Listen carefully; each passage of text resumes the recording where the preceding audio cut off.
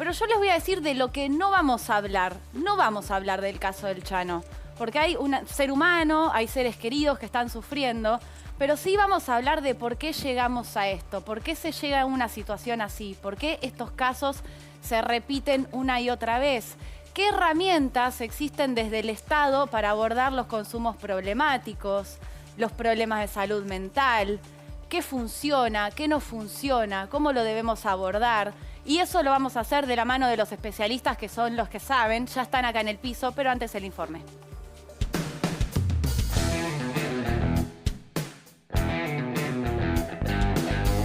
Según la Organización Panamericana y la Organización Mundial de la Salud, Argentina es el segundo país de América con más consumo de alcohol en jóvenes y adolescentes. Si vos me preguntás cuál es la sustancia que a mí más me preocupa, es el alcohol. Lejos, por kilómetros.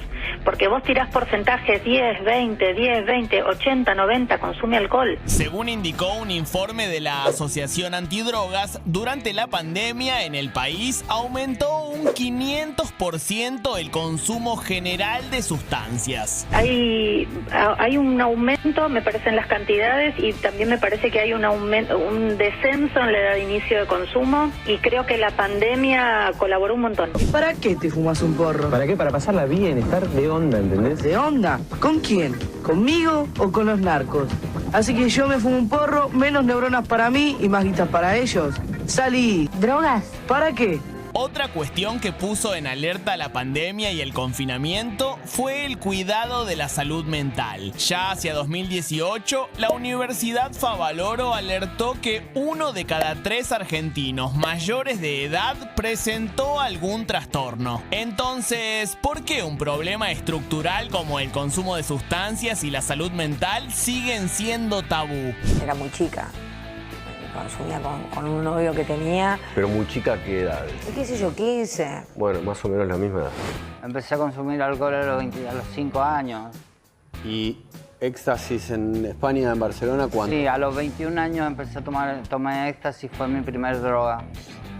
¿Y la cocaína cuánto tiempo fue en tu vida? 20 años. ¿20 años de cocaína? 20 años de cocaína. Porque me arruinó.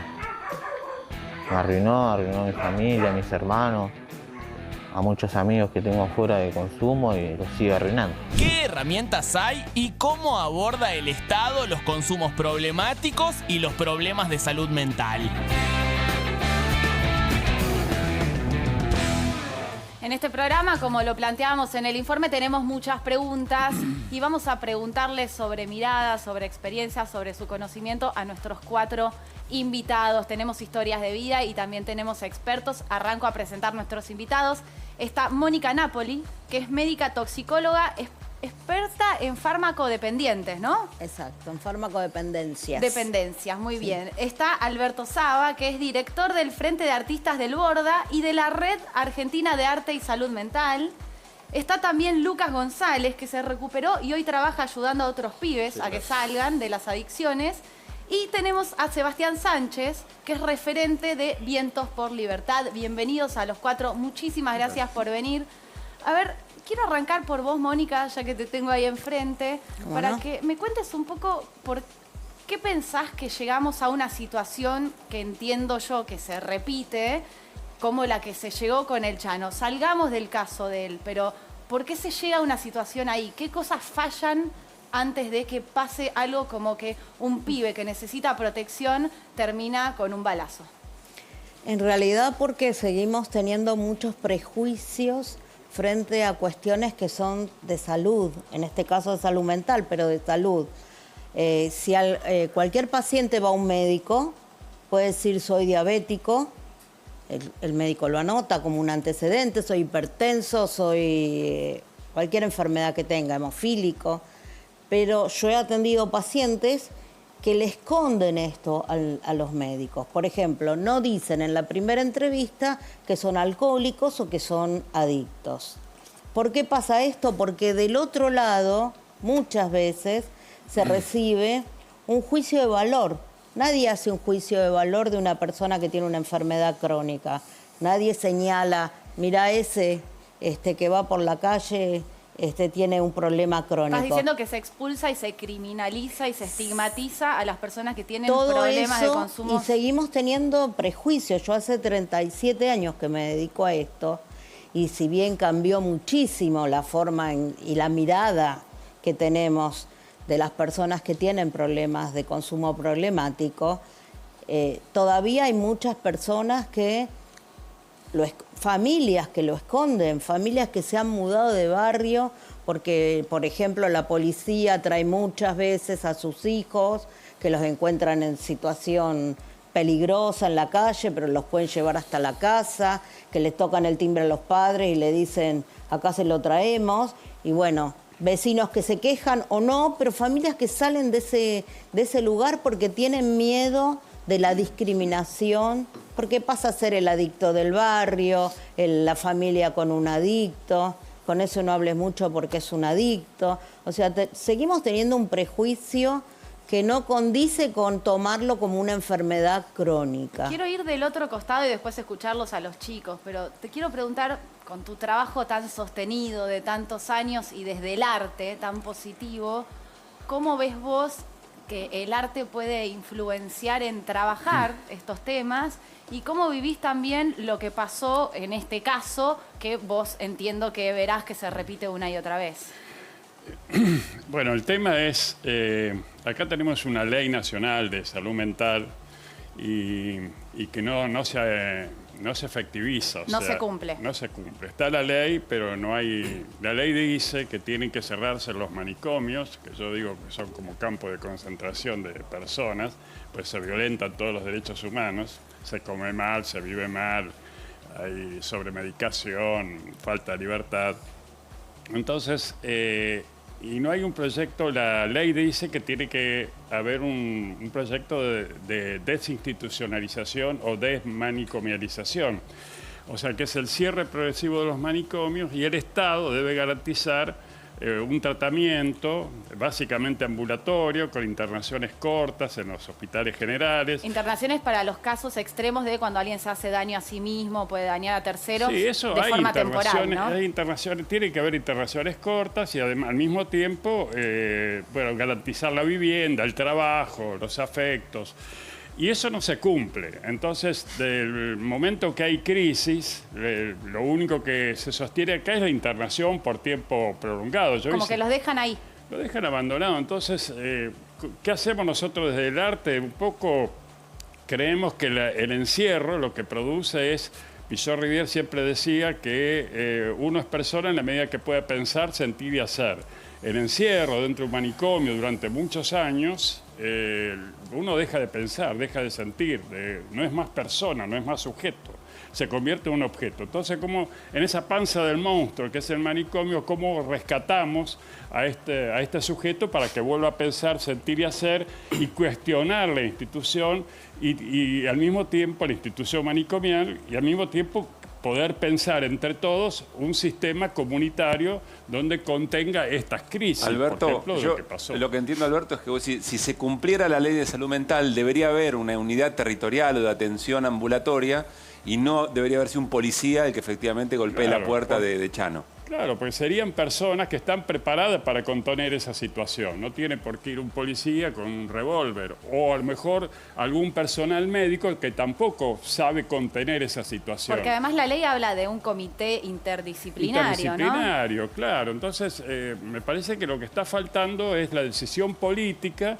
de llevar a cabo lo que dice la ley, que según yo estuve en Trieste, en Italia, viendo la experiencia, sí. Por ejemplo, a mí me subían a un coche con un psicólogo, con un psiquiatra y con un enfermero, íbamos a visitar a los usuarios, como les llaman ellos, o los pacientes, como se dice comúnmente, y veíamos cómo viven, porque ellos vivían en departamentos de 2 o 3 personas o con la familia, veían cómo, porque además integran cooperativas de trabajo, donde ellos ven cómo está el trabajo. Entonces, y ante una crisis, territorialmente, como dice Pablo, hay gente que está preparada para actuar de inmediato, o sea, y no llegar al caso extremo como pasó.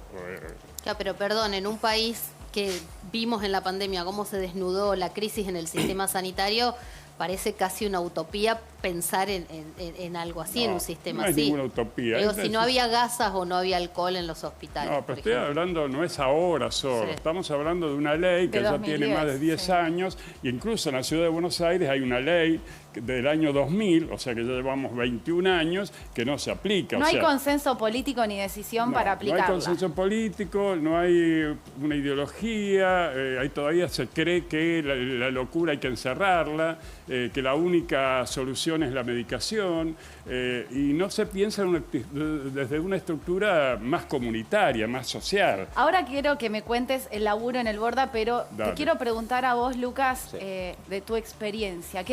Los escuchás a Alberto, la escuchás a Mónica, pero ¿qué te pasó a vos? ¿Cómo lo sentiste vos? ¿Cómo pudiste salir? ¿Qué herramientas encontraste para salir? Claro, yo un ejemplo conocí Vientos en el año 2009, venía hace 6 años consumiendo. ¿Desde qué edad? De los 12 hasta los 18 más o menos. ¿Qué consumías? Y consumía marihuana, cocaína, bueno, estaba con el Poxirran, la Nasta, las pastillas también. Llegó un momento, o sea, uno comienza con el consumo de marihuana, pensando que está todo bien, Después eso se va agravando cada vez más, va empezando a cometer otras cosas para conseguir el consumo. Llegó un momento que ya uno no aguanta más y sabe que va a terminar mal. Estuve mucho al borde de la muerte, siendo menor de edad. Conocí Vientos en el año 2009, donde me costó, donde empecé a notar que vivía otro estilo de vida. ¿Cómo llegaste, digamos, a Vientos, que es un lugar donde vos creías que te podían dar herramientas para salir de tu situación de consumo? Sí, en realidad en el contexto donde vivía, yo me crié en una villa, viví casi toda mi vida en una villa, no conocíamos lugares donde ayudaban a pibes y a pibas, pero sí, un ejemplo, pedí ayuda, que se lo pedí ayuda a mi familia, le dije no aguanto más, me van a terminar matando o voy a terminar mal. Y empezaron a buscar, viste, preguntando, llamando, en las redes sociales. En ese tiempo había muy poco encima del tema de las redes sociales, hasta que, bueno, pudieron llegar, se comunicaron. Y al otro día, bueno, me llevaron, mi familia me llevó, y bueno, que fue el 1 de septiembre del 2009. Y desde ahí, bueno, patente, sí, esa es una fecha, viste, porque de venir tan mal y saber que ya la vida no tiene sentido, donde estás destruido, de repente encontrás un lugar donde realmente te dicen, la vida es esto, podés verla de esta manera.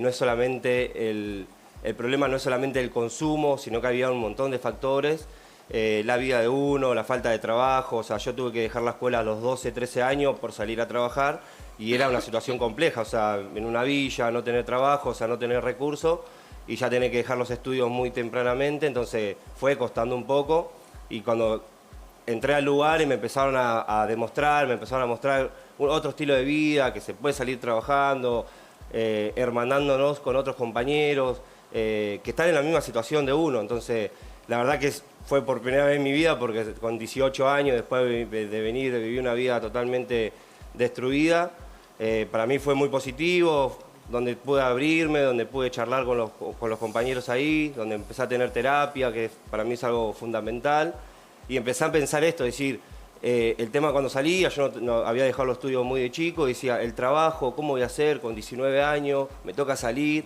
no tengo estudio, ¿dónde me van a aceptar?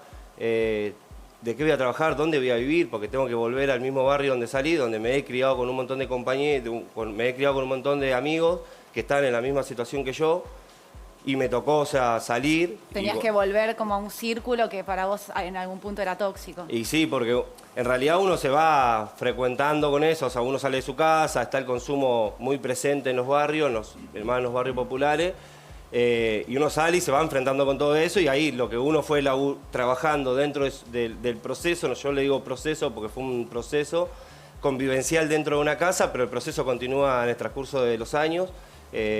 Hoy continúo un proceso porque sigo trabajándome, sigo teniendo análisis, sigo laburando mi persona, la paternidad con mis hijos, también tengo 2 hijos, una hija y un hijo.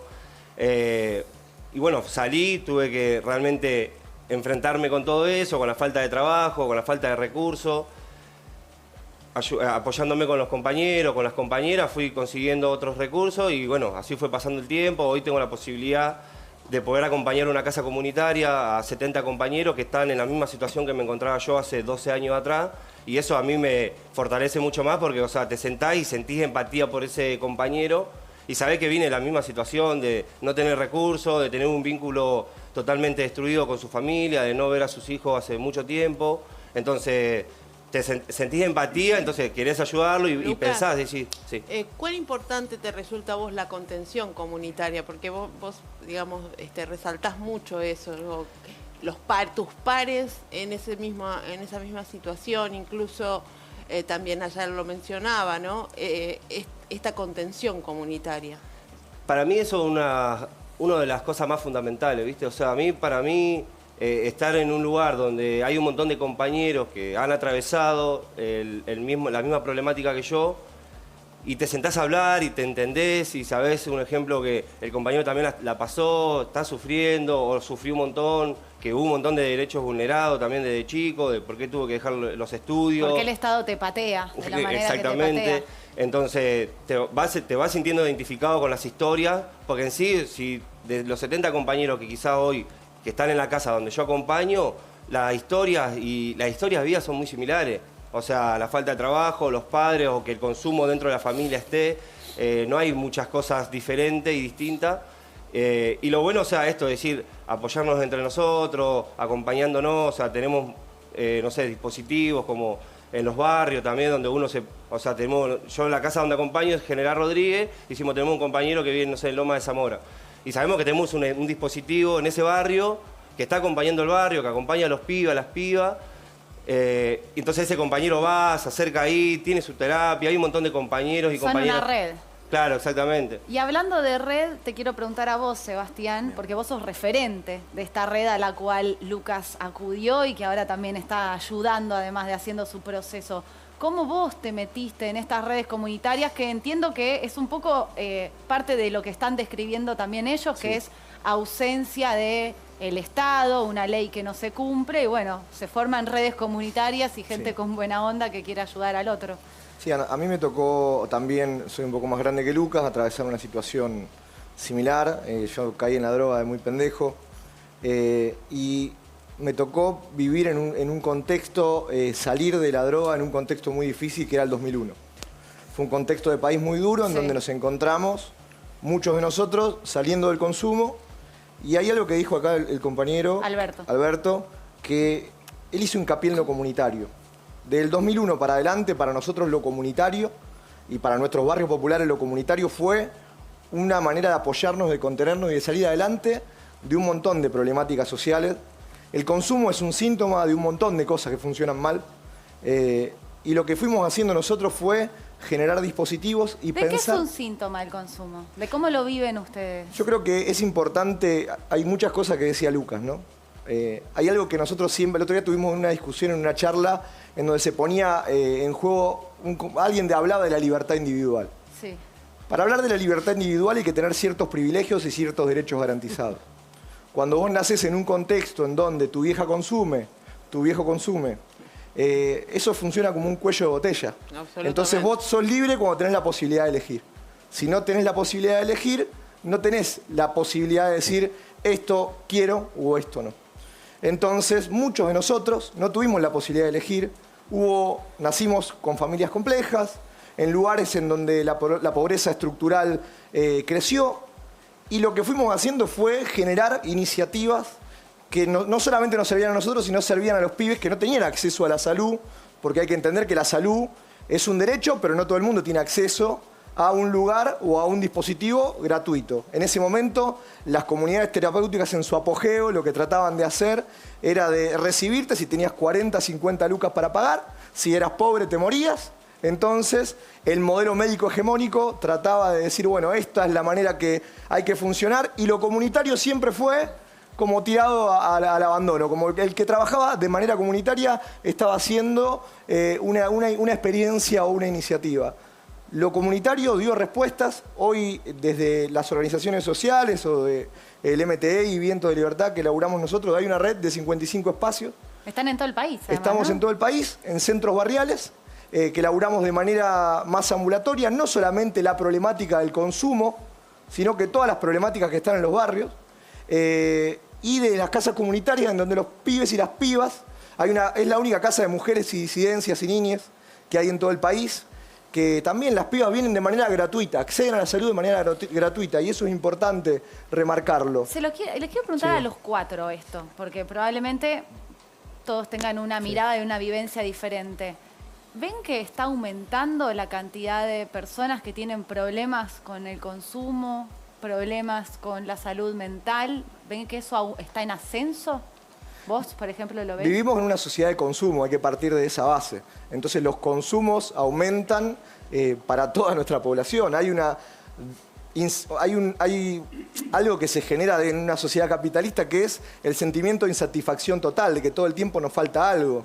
Cada uno de nosotros lo va llenando con lo que puede. Nuestras pibas y nuestros pibes de los barrios populares lo van llenando con lo que tienen, con lo que tienen a mano muchas veces, ¿no? Y la salida es esa, pero no es solamente una decisión individual que hay que pensar, bueno, el que se droga porque quiere o el que roba porque quiere. La realidad de nuestros pibes es muy distinta, ¿no? Hay algo que nosotros ayer pensábamos y decíamos, no sé, con esto de la violencia policial o con lo que recién hablaba el compañero, a nuestros pibes no le dan un balazo en el abdomen, a nuestros pibes los matan sistemáticamente. Y eso lo venimos denunciando y reclamando desde hace muchos años. Lo que pasa que la mamá que está en el barrio, que no es conocida, que nadie la conoce, queda ahí. Son historias que van quedando tapadas una atrás de la otra, ¿no? ¿Cómo juega el arte en este contexto tan difícil? Haces un laburo muy hermoso, hace un montón de tiempo, pero por ahí hay personas del otro lado que no lo conocen. Sí, Contá un poco la experiencia. Hace 37 años. Nosotros empezamos en 1984. No bien terminó la feroz dictadura militar, en la época de democracia, se intentó cómo el arte podía ayudar a esos proyectos de desmanicomialización. Entonces lo que hacemos es construir talleres artísticos coordinados por artistas, donde le da a los compañeros internados un proceso creador que lleva una producción artística, y esa producción artística se muestra en el afuera. O sea, ¿en dónde? En teatros, en escuelas, en universidades, en la calle, en las villas, en todos lados. Es una interacción comunitaria. Claro, y eso demuestra que produce efectos primeros personales a la persona que lo hace. Antes yo decía, el manicomio te bombardea todos los días la capacidad de pensar, sentir y hacer, y te convertís en un objeto, no en un sujeto pensante, sintiente y creyente. Entonces, esa persona puede volver a ser alguien, demostrarle a la comunidad que de un contexto distinto puede producir algo hermoso, bello, y además con contenido político, ideológico, que esté en favor de esos proyectos de cambio, de transformación. ¿Y qué cosas has visto, digamos, en tantos años de este laburo tan bello a través del arte, de la cultura? O sea, cuando llega un compañero internado, que no solo trabajamos con compañeros y compañeras internados, sino también con ambulatorios, y se ha sumado también gente de la comunidad, los efectos que produce mucho tiempo de encierro es que ya no podés modular la voz, no podés articular las manos, no tenés memoria. Entonces lo que hacemos a través del arte es recuperar esas capacidades. Y vuelven a tener un proyecto de vida a contrapelo del manicomio, que es un proyecto de muerte. Yo he visto literalmente morir compañeros después de muchos años de internación. Es como una especie de muerte silenciosa, ¿no? Esto que ha pasado, por ejemplo, hace un año atrás o 2 años atrás, que muere una persona porque lo matan los perros, sí, o lo matan una cantidad de perros. Esto pasa todos los días en varios manicomios, en varios lugares. ¿Y por qué nadie habla de esto? ¿Eh? ¿Por qué nadie habla de esto? Y porque se oculta. Es decir, hay intereses económicos, ideológicos y políticos de ocultar. ¿Qué interés económico hay para no desarmar los manicomios, Alberto? ¿Qué intereses económicos hay? Y económico, por ejemplo, una persona internada consume entre 70 y 80% más de medicación que una persona en tratamiento ambulatorio personalizado. Mirá. Para los laboratorios... Es un montón, claro. Por ejemplo, se calcula que hay alrededor de 15.000 personas internadas en los hospitales psiquiátricos públicos y privados, que los privados son más siniestros que los públicos porque además lucran con el dinero de las personas. Si dejan de consumir esas 10, 15, 20 píldoras todos los días, multiplicado por 15.000, 20.000, al final del año son millones de dólares que un laboratorio deja de consumir. Tremendo lo que estás diciendo. A ver, Mónica, quiero entrar en algo que obviamente es incómodo, pero muchas familias, al igual que ellos, lo sufren y no se habla, que es en la situación en la que a veces una persona está en una vulnerabilidad extrema, que se puede dañar a sí mismo o puede dañar a otros, a un ser querido. En esos casos, ¿Cuáles son las herramientas? ¿Cómo hay que actuar? Si hay alguien que está escuchando y está pasando por un proceso así, ¿qué herramientas tienen? ¿Qué es lo recomendable? La ley de salud mental lo dice claramente, o sea, tanto los profesionales como la gente de seguridad tienen las posibilidades de hacer las cosas bien. A veces lo que sucede es que por miedo o por desconocimiento no se hacen las cosas bien. Estuvimos con una cultura de, bueno, encerremos a los locos, marginemos a los adictos, llevemos a un lugar donde no se vean y no se mezclen con la gente todas las personas que traen problemas. Ahora, en esa cultura en la que vivimos, ¿hay alguien escuchándote y está pasando por una situación así? Tiene un hijo o una hija que se puede hacer daño a sí mismo, que te puede atacar, digamos. ¿Cómo se puede proteger a esa persona? Lo primero sería hacer prevención y no llegar a ese punto, pero llegado a ese punto, hay métodos para contener a una persona. Yo escuchaba lo que decía Alberto de los fármacos y está totalmente científicamente demostrado que cuanto más los profesionales podemos utilizar la palabra, menos medicación necesitamos para que las personas que se acerquen a nosotros mejoren. Qué fuerte esto que están diciendo. Claro, de la patología que fuera, al revés el mundo. Poder escuchar, poder tratar, poder comprender, poder entender que esa persona viene de determinado núcleo, como dicen los chicos que vivían en barrios, o personas que no viven en barrios y que tienen mucho poder adquisitivo, que también tienen los mismos problemas. Ahora, Mónica, ¿qué te pasa cuando vos ves un caso como termina con lo de Chano, ¿no? Donde las fuerzas de seguridad actúan de la manera que actúan? O sea, no saben, desconocen. Yo creo que tuvieron, no sé de este caso en particular, pero supongo que muchas veces tienen miedo. Le pasa a los profesionales y les pasa a la familia, que muchas veces tienen miedo. Los profesionales que tienen que trabajar, te reformulo la pregunta de Eli para hacerla más macro y no quedarnos en el caso puntual. Sí. ¿Conocen qué dice la ley de salud mental? ¿Están formados? ¿El Estado le brinda formación y capacitación a las fuerzas de seguridad, a los médicos? Ni todos están capacitados mentalmente para enfrentar esa situación. Porque obviamente porque también del otro lado hay vulnerabilidades, patologías y problemas de salud mental. Esto también lo tenemos que tener en cuenta. Yo siempre cuando doy un curso, doy una charla, le digo a los profesionales, si no quieren dedicarse a esto o sienten que no pueden, hay otras patologías a las que se pueden dedicar. Pero para algunas circunstancias de salud mental hay que tener un olfato. Ahora, Mónica, vos habrás visto, si el rebote de eso, más allá del caso, que además debe pasar, porque lo conocimos. Claro, porque esto debe pasar cuántas veces. Tal cual. Entonces yo imagino que alguien que trabaja en fuerzas de seguridad hace todos los días lo mismo, ¿por qué se lo van a cuestionar ahora? Sí. Pero cuando vos observás que el rebote en la discusión pública es con qué pistola, con qué tipo de arma deberían haber actuado, si era una taser, un arma de fuego, me imagino que... No, bueno, eso ya no tiene ningún sentido. A mí me ha pasado a atender pacientes que estaban en el hospital esposados y pedir que los desposen para poder trabajar con ellos. Bueno, podés crear un vínculo con otra persona si esa persona está atada. También me ha pasado atender personas que estaban en un brote psicótico, que no entendían nada de lo que le queríamos explicar y demás, y necesitamos utilizar la fuerza física para poder inyectarles una medicación y que se tranquilicen. Claro. Y que no se lastimen ni lastimen a otro, porque eso es lo único que dice, digamos, de importante, no es lo único importante la ley de salud mental, pero de importante en esta situación.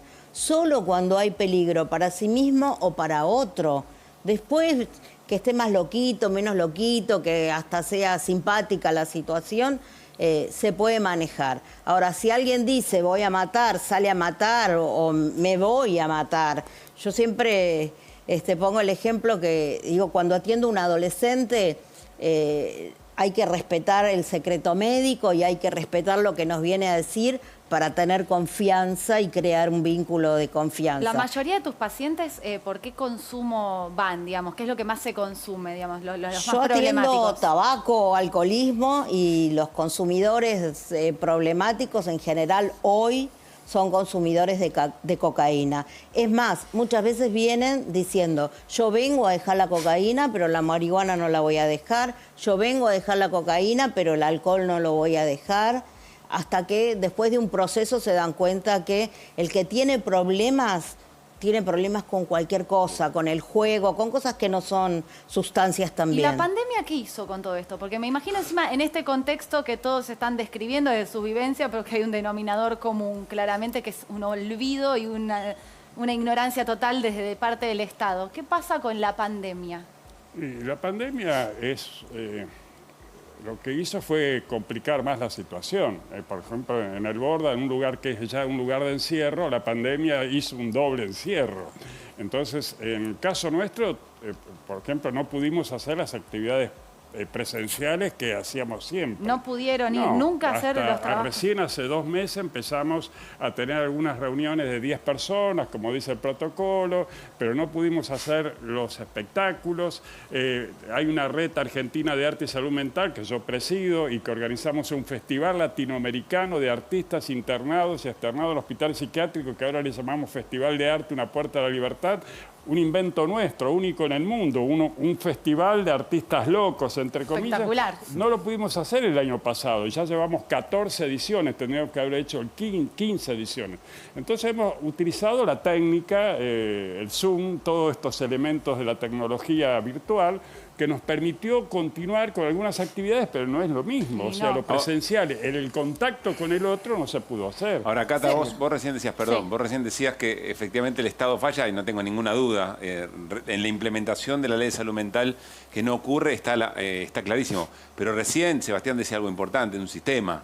Hay un sistema capitalista que produce vacíos permanentes y que hay que llenar de alguna está manera. llenando de una u otra manera, ¿no? Tal cual.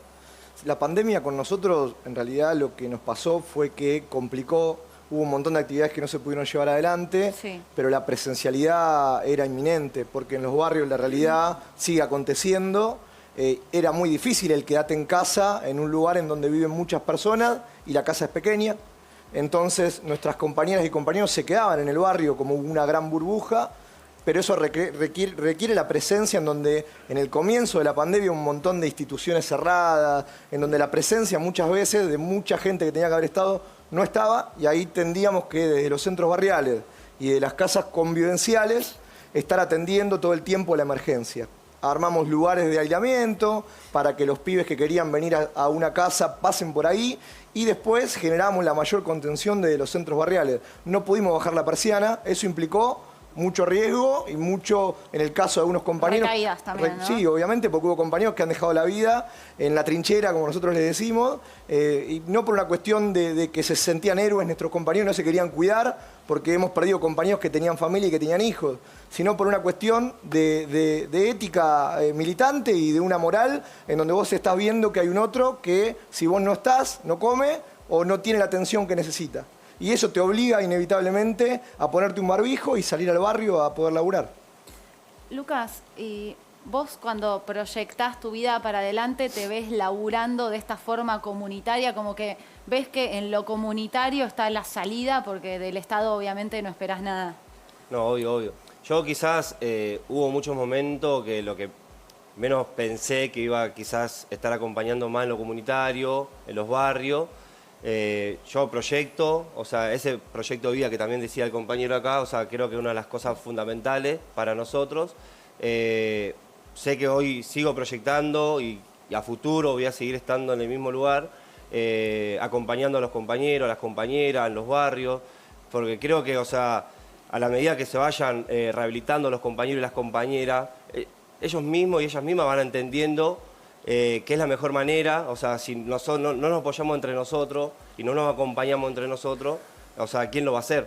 Ahora, Entonces, si hay alguien que te está escuchando y está en el medio del lío, de que no puede salir, ¿de qué cosas vos le dirías, agárrate esto, además de acercarse a los centros de ustedes? Claro, yo quizás, bueno, hay muchos compañeros y compañeras que quizás el vínculo lo tienen totalmente roto familiarmente, pero o sea, sí es primero agarrate a tu familia, acercate, pedí ayuda, buscar la manera de poder llegar a un lugar. la casa convivencial no es el único recurso, como decía acá mi compañero, o sea, tenemos los espacios barriales, los barrios, que buscamos contener a ese compañero, porque quizás ese compañero tiene una familia y esa familia necesita comer, y es el único compañero que puede llevar el plato de comida a la casa. Entonces no puede ir a hacer un proceso convivencial en una de nuestras casas. Entonces con el espacio barrial buscamos acompañar el proceso de ese compañero, y quizás si es necesario en algún momento, porque no lo puede llegar a sostener, viene a nuestra casa, o sea, laburándolo. Pero me parece, o sea, que lo mejor sería esto, de poder acercarse a un espacio nuestro y pedir ayuda.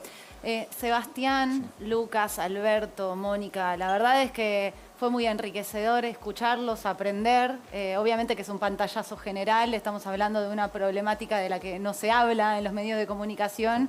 Y bueno, probablemente lo continuemos y lo profundicemos, pero les agradecemos porque se abrieron, contaron sus experiencias y nos enriquecimos todos, y ojalá que también, si están del otro lado, hayan agarrado estas herramientas. Así que muchas gracias a los cuatro y buenas noches. Gracias. Buenas noches.